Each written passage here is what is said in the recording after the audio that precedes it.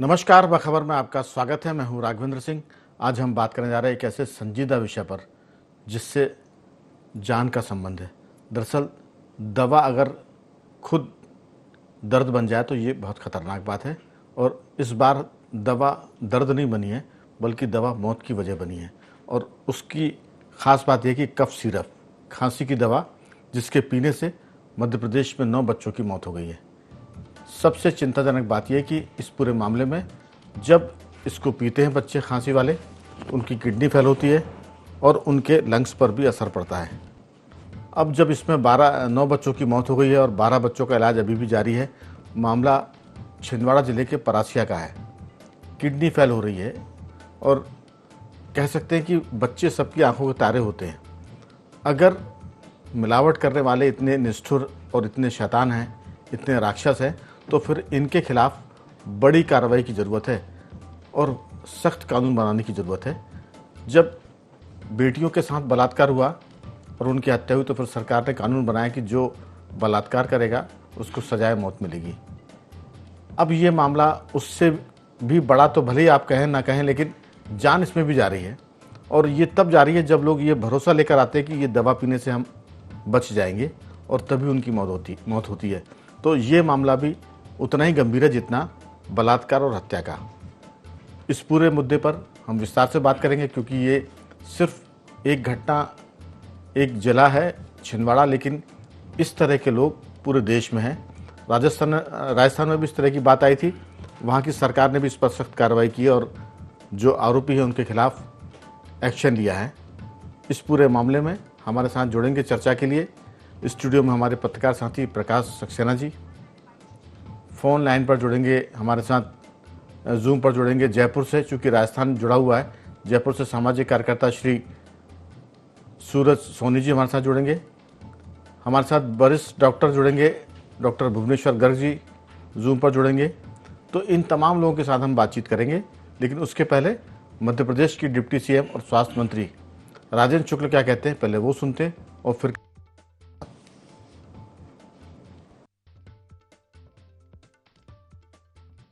इस प्रकार की कहा जा सके कि मौत इन दवाइयों के कारण हुई है। लेकिन जो बाकी बची हुई दवाइयाँ, आज उम्मीद है कि शाम तक में उसकी रिपोर्ट आ जाएगी। जब तक उसकी रिपोर्ट नहीं आती है तब तक अभी कुछ भी कहना संभव नहीं है। कि ये बात सही है कि बच्चों की मौत हुई है, लेकिन उसका कारण क्या है अभी नीवी और भारत सरकार भी लगातार उनके लैब्स हैं, वहाँ पर जो सैंपल भेजे गए उसकी रिपोर्ट प्राप्त करने के लिए लोग प्रयास कर रहे हैं। मुझे उम्मीद है कि शाम तक इसकी फाइनल रिपोर्ट आएगी, तभी ये समझ में आएगा कि वो कफ सिरप के कारण हुआ है कि अन्य किसी दवाई के कारण हुआ है कि उस वजह से हुआ है। तो कुल मिलाकर सरकार इसमें डिफेंसिव मोड पर है। जांच का इंतजार हो रहा है। इसमें कुछ शक नहीं कि जांच के बाद ही कोई कार्रवाई की जानी चाहिए, लेकिन इसमें भी कुछ शक नहीं है कि मौत के कारणों में ये कफ सिरप भी है जो बच्चों की खांसी ठीक करने के लिए दिया था, लेकिन वो जानलेवा हो गया है। तो इसी पर चर्चा करेंगे। स्टूडियो में हमारे साथ जुड़ गए हमारे 2 विशेष मेहमान, मध्य प्रदेश के वरिष्ठ पत्रकार श्री रविंद्र कैलासिया जी और हमारे युवा पत्रकार साथी प्रकाश सक्सेना जी। डॉक्टर जुड़ेंगे हमारे साथ। स्काइप पर जुड़ेंगे श्री भुवनेश गर्ग जी और जयपुर से सूरज सोनी जी। चर्चा की शुरुआत रविंद्र कैलासिया जी आपके साथ करना चाहेंगे। ये जो सारा मामला है, अक्सर ये कहा जाता है कि कोई बच्चा बीमार है, कोई बुजुर्ग बीमार है तो उसको आप दूध पिलाइए। अब दूध में भी मिलावट है। फिर लोग कहते हैं कि अगर कमज़ोरी है, प्रोटीन की कमी है तो पनीर खिलाइए, पनीर भी नकली आ रहा है। यहाँ से शुरू होती है मिलावट की एक लंबी श्रृंखला, जो तेल के मिलावट होने पर भी आती है, बेसन के मिलावट पर आती है। हम बाज़ार में अगर खाद्य सामग्री की बात करें तो होटलों पर, रेस्टोरेंट पर जो खाना मिलता है, जो मिठाई मिलती है, उसमें भी मिलावट की भरमार है और ये सब जानलेवा है। आपको क्या लगता है कि सिर्फ एक कफ सिरप या खांसी की दवा से बच्चे मर रहे हैं? बच्चे तो क्या, सभी लोग मिलावट की चीज़ खाने से रोज़ मर रहे हैं और इस पर सख्त कानून की दरकार है, और वो छोटा मोटा नहीं, आजीवन कारावास और मौत की सज़ा। आपकी राय? ये मामला बहुत संगीन है, बच्चों की मौत से जुड़ा है। राघव जी, ये तो सही बात है कि केवल कफ सिरप तक ही ये जो मिलावट सीमित नहीं है, बल्कि मिलावट जो है दूध से लेकर खाद्य पदार्थों की विभिन्न तरह की जो मसाले हैं, सभी प्रकार की चीज़ों में है। दूध जो जिसकी खपत अब आमतौर पर त्योहारों में बढ़ जाती है, तो वो बढ़ी हुई खपत को पूरा करने के लिए जिस तरह की मिलावट की जाती है, इसी तरह जब पनीर की में मिलावट होती है, जो त्योहार के सीजन में जो पनीर में की मांग में वृद्धि होती है, उसकी पूर्ति के लिए वो मिलावट का इस्तेमाल किया जाता है। इस तरह यानी कोई ये एक सीमित क्षेत्र नहीं है जहाँ की मिलावट ही दवाई जैसी चीज़ जो है, मगर कहें तो खाद्य पदार्थ के अलावा दवाई जैसी चीज़ जो है जिसमें मिलावट होना, ये बहुत ही संवेदनशील मामला है। क्योंकि आखिर आम आदमी जाए तो जाए कहाँ, क्योंकि दवाई जो है उसको अपने बीमारी को निजात पाने के लिए डॉक्टर से प्रिस्क्रिप्शन लिखवाता है, मगर दवाई निर्माता जो है उनकी जान के साथ खिलवाड़ करते हैं। और इस तरह की जो खिलवाड़ किया जा रहा है, इसके कहीं भी कोई जो इसमें दो राय नहीं कि इसके खिलाफ सख्त कार्रवाई होनी चाहिए। बिल्कुल। हमारे साथ डॉक्टर भुवनेश गर्ग जुड़ गए, मध्य प्रदेश के वरिष्ठ चिकित्सक हैं। भुवनेश जी, आपका चर्चा में तो स्वागत है, लेकिन विषय बहुत दुख देने वाला, गंभीर है। 9 बच्चों की मौत हुई है, और ये तो वो है कि जब बच्चे मर गए तब हम सब जाग रहे हैं, लेकिन प्रशासन का पूरा एक महकमा है, औषधि विभाग है, खाद्य सामग्री के लिए फूड इंस्पेक्टर होते हैं, फूड कंट्रोलर होता है। लेकिन मैं ये नहीं कहूँगा कि सब चादर तान के सो रहे हैं, लेकिन ये तभी सब चीज़ें सक्रिय होती है जबकि सरकार इनके लिए बाकायदा पैसा देती है, लोग तनख्वाह पाते हैं। तो ड्रग कंट्रोलर क्या करता है? दवा के मामले में अगर दवाइयाँ बन रही है या बिक रही है तो उनकी कोई जांच पड़ताल होती कि नहीं होती है? तो ये सब बहस के विषय हो सकते हैं, हम 2 दिन 4 दिन बहस करेंगे। लेकिन अगर सरकार इस पर सख्त कानून बनाए और मिलावट के मामले में, चाहे वो दवा में हो चाहे वो खाद्य सामग्री में हो, सजाए मौत से कम कुछ नहीं होना चाहिए। आपकी राय इस पूरे मामले को कैसे देखते हैं? क्योंकि डॉक्टर दवा लिख सकता है, अगर दवा नकली हुई, घटिया हुई, तो फिर जान तो मरीज की जाती है और इससे कई परिवार तबाह होते हैं, क्योंकि कई दफ़ा जिम्मेदार लोग ही मौत के मुंह में चले जाते हैं और पूरा परिवार अनाथ हो जाता है। गर्ग साहब। राघवन जी की बहुत गंभीर और बहुत ही संवेदनशील मुद्दा है, जिसको हम किस तरह से डिफाइन करें, ये बड़ा दुखदाई है बता पाना। पहले तो उन सब बच्चों के परिजनों से संवेदना की, उन्होंने अपना बच्चा खो दिया। और दूसरा जो सबसे इम्पोर्टेंट मुद्दा है कि जिसके ऊपर हम लगातार बात करते हैं कि ये तो एक तरह से गलबैयां हैं सिस्टम की और निर्माताओं की और विक्रेताओं की। यहाँ दूर दूर तक कहीं भी ना मरीज का कोई लेना देना है, ना डॉक्टर का कोई लेना देना है, क्योंकि डॉक्टर कोई दवा बनाता नहीं, ना वो उसकी क्वालिटी के ऊपर कोई सवाल खड़ा कर सकता है जी। इसी तरह से मरीज के परिजनों को तो पता ही नहीं कि हमको क्या मिल रहा है, हमें तो जो प्रिस्क्राइब कर दिया, अब वो गली गली कूचे में जिस तरह से झोला छाप डॉक्टर बैठे हैं या जिस तरह से भ्रष्ट सिस्टम बैठा है जो दवाइयां खरीद के अस्पतालों में भर दे रहा है, फिर भले ही उनके अंदर जहर हो, पानी हो, नकली हो, कुछ भी हो। तो यहाँ बार बार जो बात करते हैं कि हमारे देश में क्वालिटी कंट्रोल के नाम पे खास तौर से ओवर द काउंटर बिकने वाली दवाओं के ऊपर, या इवन जैसे हमने कोविड काल में रेमडेसिविर के लिए भी कहा, तो उतनी गंभीर दवा को हमारे यहाँ के नीति नियंताओं ने, बड़े बड़े ड्रग के अधिकारियों ने उसको ओटीसी में रजिस्टर कर दिया था। नतीजा क्या हुआ था कि उसके खिलाफ कोई ना जांच हो पाई, ना उसका डाटा उपलब्ध हो पाया, ना किसी तरह की कोई कार्रवाई उसके ऊपर हो पाई, जिससे ढेरों जाने गई और ढेरों उसके ऊपर संकट खड़े हुए। यहाँ इशू ये है कि जिस तरह से मेडिकल ग्रेड के सॉल्वेंट यूज किए जाते हैं, ये बहुत सी चीजों में यूज होते हैं, ये कफ सिरप्स में यूज होते हैं, ये जितने भी आंतों को साफ करने वाली दवाइयां हैं, पेगलेक से लेकर सब, जिसको एंडोस्कोपी में बहुत उसकी इंपॉर्टेंस है। और जिस तरह से शराब में जैसे इन सॉल्वेंट्स को यूज किया जाता है, तो ये लगातार मेडिकल ग्रेड सॉल्वेंट्स के ऊपर बहुत सख्ती से विदेशों में कार्रवाई होती है। लेकिन हमारे यहाँ दुर्भाग्य क्या है कि जरा सा पैसा बचाने के लिए, क्योंकि बहुत ज्यादा कमीशन खोरी हर सिस्टम में व्याप्त है, यहाँ पर दवा निर्माता को दो तरफा पैसे देने हैं, ड्रग इंस्पेक्टरों को पैसे लेने हैं, मंत्रियों को पैसे लेने हैं, सिस्टम को पैसे लेने हैं, और अल्टीमेटली वो जो 100 रुपए घट के राजीव गांधी जी ने कहा था कभी कि 15 रुपए पहुंचते, तो मैं तो कहता हूं कि संभवतः 100 पैसे में से या 5 पैसे की दवा गरीब मरीज के खाते में पहुंच रही है। तो दुर्भाग्य ये है कि जिस तरह से डाइथाइल ग्लिसरॉल डीजी या इथाइल ग्लिसरॉल, जिसको इंडस्ट्री ग्रेड का कहा जाता है, जो जी। बेहद जहरीले होते हैं, जिनको किसी भी हाल मिलाया नहीं जाना चाहिए मेडिकल और खाने की चीजों में, उसको हमारे देश में धड़ल्ले से मिलाया जा रहा है, क्योंकि ये सब ओवर द काउंटर बिकने वाली दवाइयां हैं जिसके ऊपर कोई कार्रवाई नहीं है। 1500 रुपए में एक सर्टिफिकेट आपको दवा कंपनियों को मिल जाएगा और वो धड़ल्ले से बनाने लगेंगी, उसके ऊपर कोई कार्रवाई नहीं होगी। वहीं हम देखेंगे तो अमेरिका का यूएस एफडीए बहुत सख्ती से कार्रवाई करता है और बहुत लिमिटेड वहां पर आपको सब्सटीट्यूट्स या प्रोडक्ट्स मिलेंगे, लेकिन हमारे यहाँ एक एक चीज के हजारों प्रोडक्ट मिल जाएंगे और जिस तरह से चाहेंगे वो नेताओं के साथ, मंत्रियों के साथ मिलके ढेर सरकारी खपत में उनको खपा देंगे, फिर चाहे कुछ भी हो।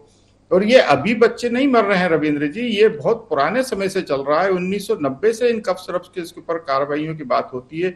अभी कुछ साल पहले अफ्रीकन देशों में जो हमारे यहाँ से कफ सिरप जाते थे उसके ऊपर बहुत सख्त कार्रवाई की बात हुई, लेकिन नतीजा क्या हुआ? ढीला पोती और लीपा पोती। हम आज भी देख रहे हैं, हम बड़े बड़े लोगों के बयान आप लोग सब सुना रहे हो, सारी लीपा पोती की कहीं कुछ नहीं मिला। अब मैं आपको ये बताता हूँ कि क्यों कुछ नहीं मिलेगा इसके अंदर, क्योंकि इसमें जो सॉल्वेंट मिलाया जाता है वो सॉल्वेंट पानी की तरह है।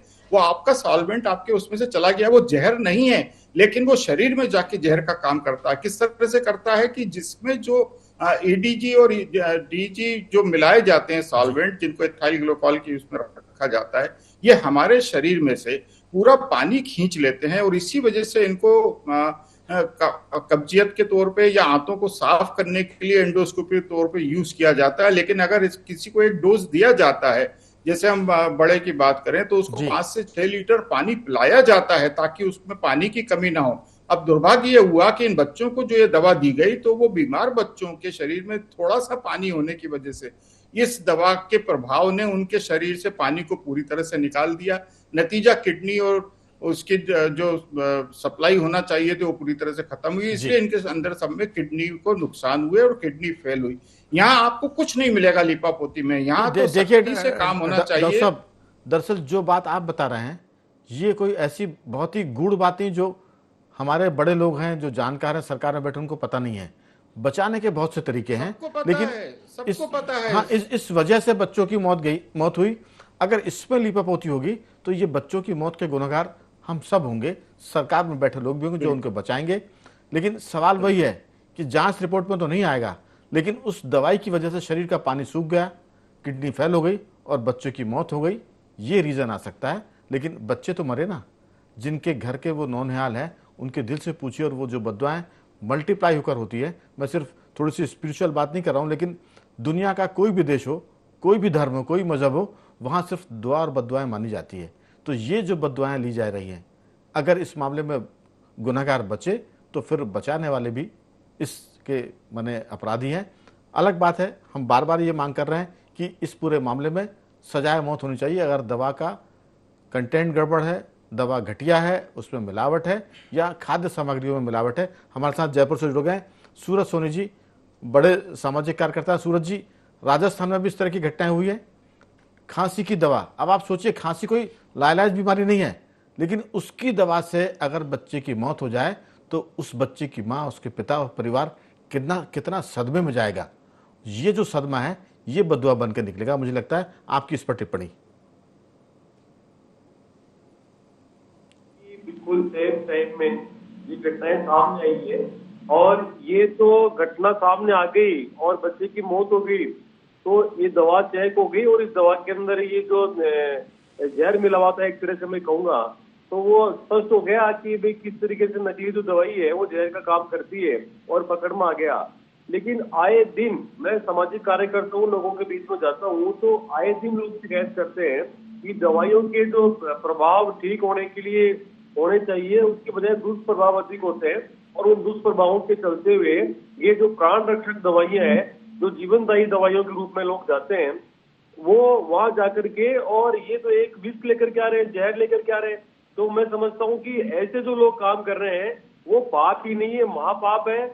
और उनके लिए अगर दुनिया में कहीं भी स्वर्ग और नरक का अस्तित्व होता है तो उससे भी, नरक से भी ज्यादा उनको जो है कहीं जो है वो जगह उनके लिए सुरक्षित नहीं रहेगी, मैं ऐसा समझता हूँ। आप देखिए कि आदमी हर जगह मिलावट, और मिलावटों का असर ये होता है कि आज खाने पीने की चीजें है, चाहे दूध है, चाहे घी है, चाहे मक्खन है, चाहे खाद्य सामग्री है, चाहे गेहूं है, चाहे आटा है, तो वो तमाम मिलावटें आती है और उन मिलावटों से आहत होकर के आदमी जब डॉक्टर की शरण में जाता है तो उस डॉक्टर की पर्ची से लिखी हुई जो दवाइयां हैं वो आदमी के लिए मौत लेकर के आती है।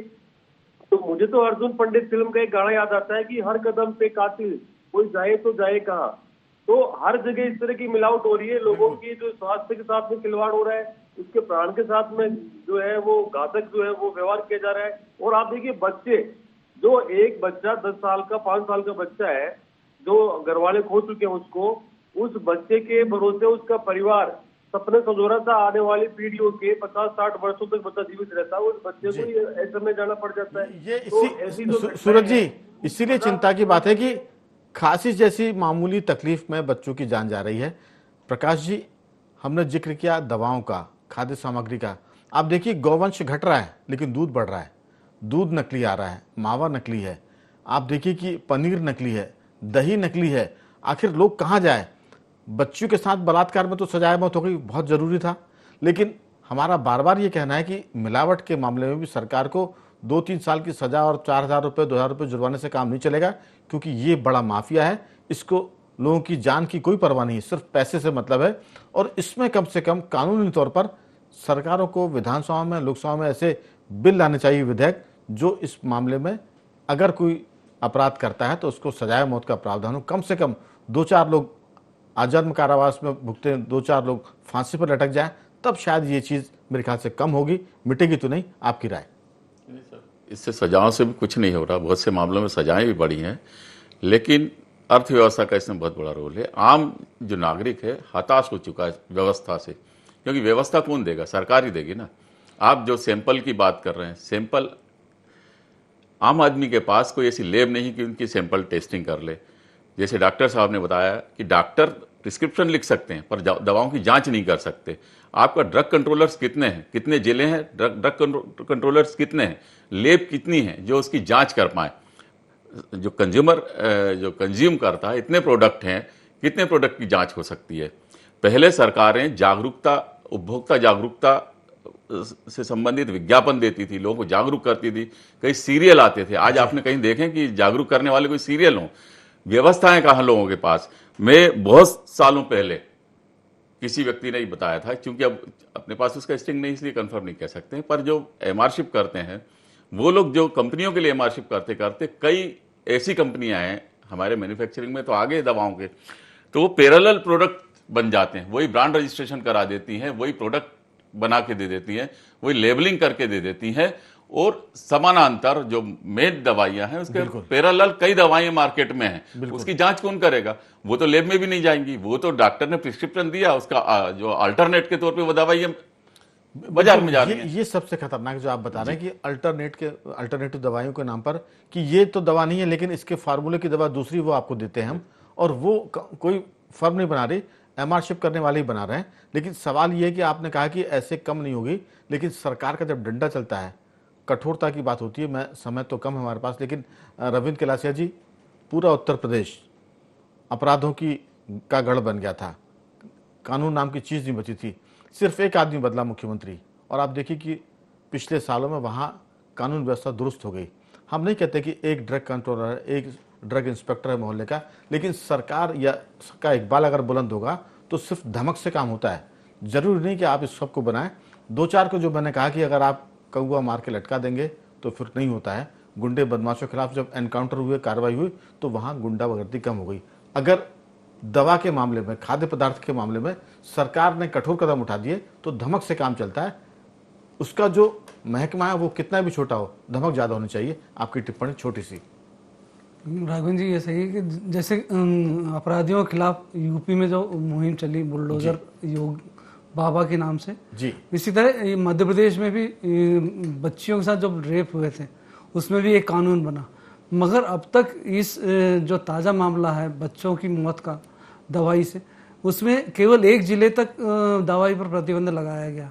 उसका अभी तक पूरे प्रदेश में या निर्माता कंपनी पर कोई कार्रवाई नहीं हुई है। ऐसा संदेश दिया ही नहीं गया है कि हम कुछ कार्रवाई करने के लिए तत्पर हैं। रविंद्र जी, जब तक कोई दूसरी मौत नहीं हुई तब तक आप एक्टिव ही नहीं होंगे, क्योंकि हम तो जागते तभी है जब कोई घटना होती है। अभी खांसी की दवा से मौत हो रही है, जरूरी नहीं कि कोई दूसरी दवाएं नकली ना बिक रही हो, उनसे भी लोग परेशान होंगे, मर ना रहे हो लेकिन वो दवाएं असर तो नहीं कर रही होंगी। मगर चाहे वो- मैं कहना चाह रहा हूँ कि संदेश देना चाहिए सरकार को। बिल्कुल। 26 दिन हो गए, अभी तक कोई संदेश सरकार की तरफ से इस तरह का नहीं आया कि हम कोई ठोस कदम उठा रहे हैं। कि पूरे मध्य प्रदेश में छापे मारे जा रहे हो, दवाएं पकड़ी जा रही हो, गिरफ्तार किया जा रहा हो, ऐसा कोई अभियान दिख नहीं रहा है। डॉक्टर साहब, आपकी राय बहुत छोटी सी।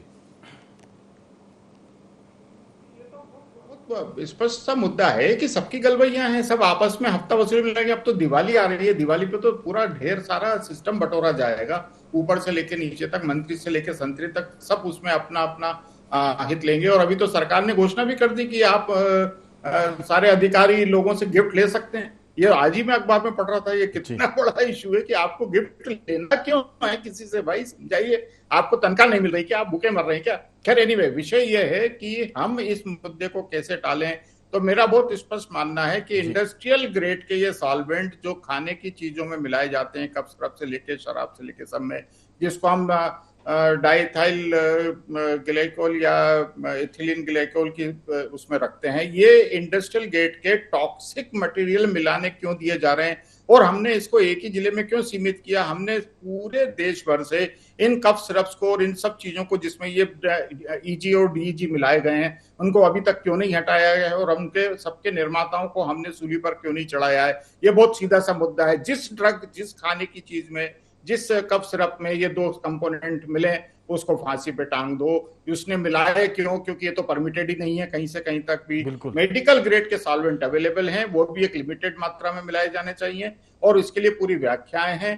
ड्रग कानून 1940 के बाद पहली बार 2017 में बदले हैं, लेकिन अभी भी उनके ऊपर इतनी सख्ती इसलिए संभव नहीं है कि रिसर्च लैब नहीं है, उनको जांचने की लैब्स नहीं है, उनके ऊपर सख्ती करने वाला अमला नहीं है। अमले का काम सिर्फ हफ्ता वसूली करना है। अभी दिवाली पे वो ढेर सारी गिफ्ट वसूल करेगा और लोग मरेंगे और मरते चले जाएंगे, क्योंकि ये चीजों का कोई समाधान मुझे दूर दूर तक नहीं दिखता।